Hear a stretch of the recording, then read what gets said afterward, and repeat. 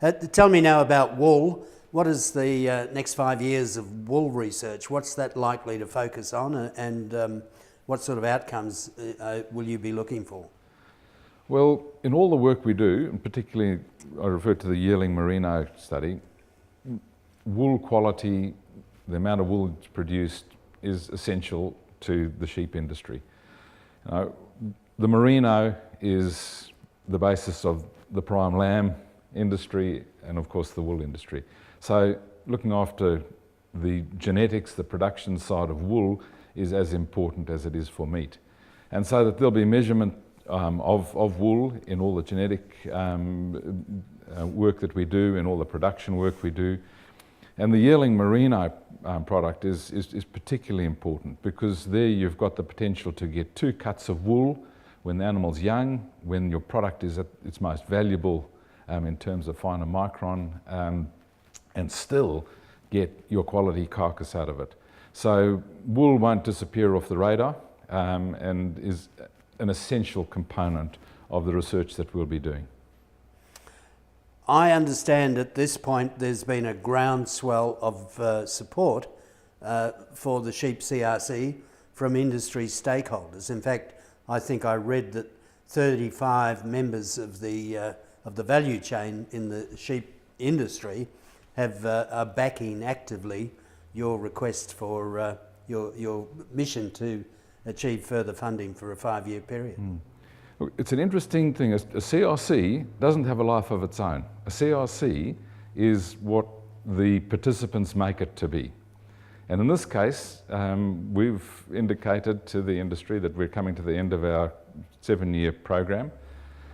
And it's been up to the participants to identify the opportunities that lie ahead for the sheep industry that will respond to research, development activities. And so it's actually these 35 participants who have come together recognising that if they can really work together in a collaborative, constructive way, they can achieve things which none of those organisations can on their own. So it's really, it's the industry getting organised as an industry for the next 5 years. We're just here as a CRC to do what the job is in front of us.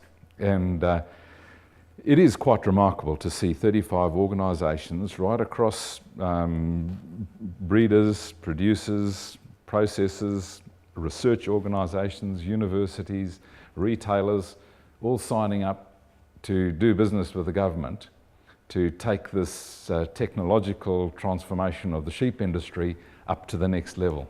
Yes, I'm confident we're going to get there, and it's an exciting prospect.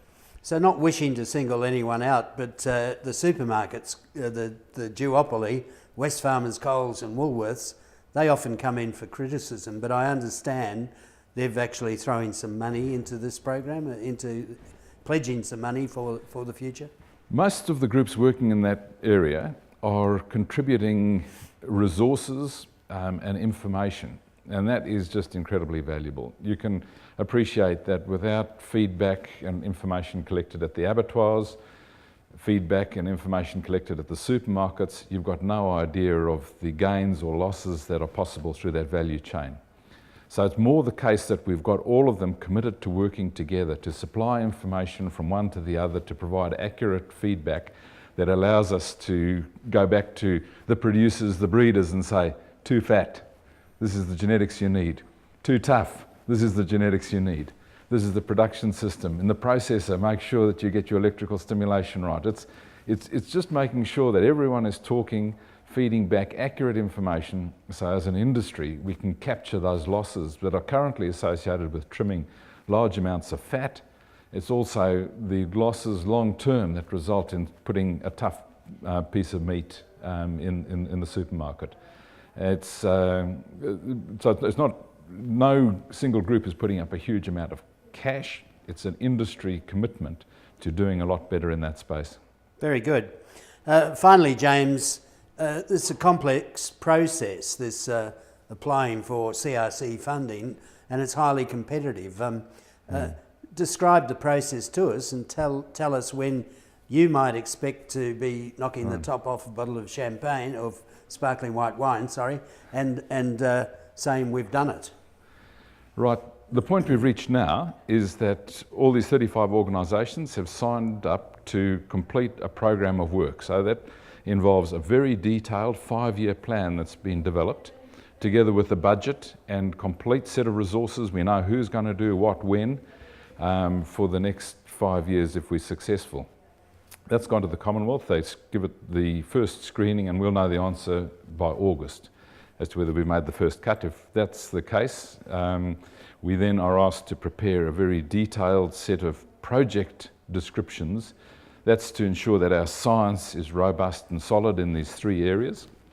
If that passes the grade, then we're invited to an interview which will take place in November, and we'll hear before Christmas. So in answer to your question, Christmas time's when we start to celebrate.